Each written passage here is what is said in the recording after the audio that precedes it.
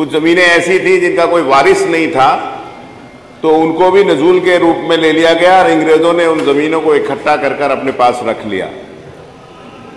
एक ज़माना था कि जब जनता को पीड़ित करना होता था और पीड़ित करना होता था तो तुगलकी फरमान जारी किए जाते थे।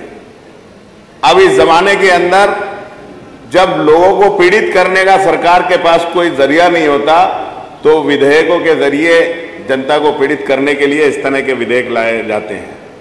मैं सीधा सीधा कहना चाहता हूं, माननीय मंत्री जी ने ये कहा कि जो पट्टे पर लीज पर दी है जो जमीनें हैं, अब आप उन्हें फ्री होल्ड नहीं करेंगे इस विधेयक के तहत। अब आप उन सारी चीजों को लीज पे आगे उनकी लीज नहीं बढ़ाएंगे। मैं कहना चाहता हूं कि बहुत सारी जगह ऐसी हैं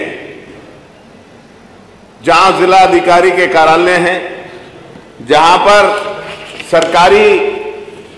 सरकारी प्रशासनिक अधिकारियों के आवास हैं, पुलिस प्रशासन के आवास हैं, कार्यालय हैं, नगर निगम के चीजें हैं और विद्यालय हैं। और मैं कहना चाहूंगा हमारे इस उत्तर प्रदेश के अंदर ही बहुत सारे जगह ऐसी हैं नजूल की जहां पर हमारे ईसाई समाज के लोग उसमें बहुत सारी समाज सेवी संस्थाएं चलाते हैं, स्कूल चलाते हैं। अभी कल ही मैंने बताया था सदन के अंदर, मुरादाबाद के अंदर पीली कोठी के अंदर एक मिशन कंपाउंड है जिसे सैकड़ों साल पहले लीज पर दिया गया।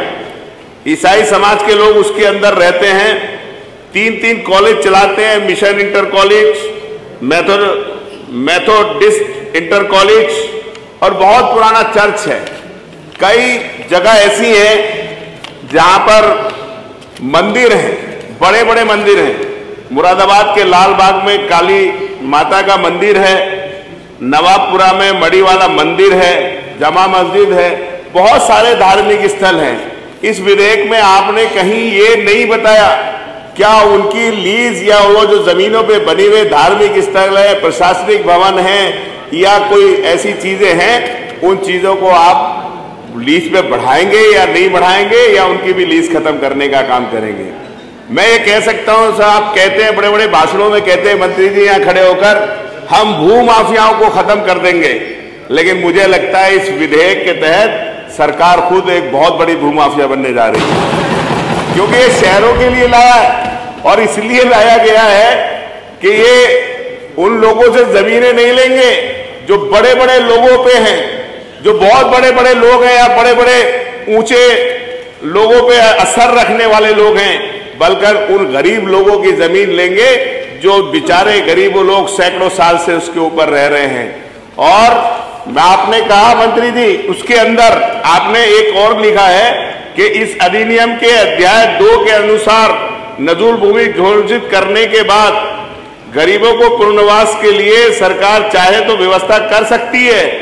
आपने ये तो कह दिया कर सकती है, ये नहीं कहा कि करेगी, जरूर करेगी उन गरीबों के लिए। अगर ये लिखते तो शायद उन गरीबों के लिए कुछ राहत का काम होता। मैं आपसे कहना चाहता हूं कि जो लाया गया है एक तरह से ये तुगलकी फरमान है।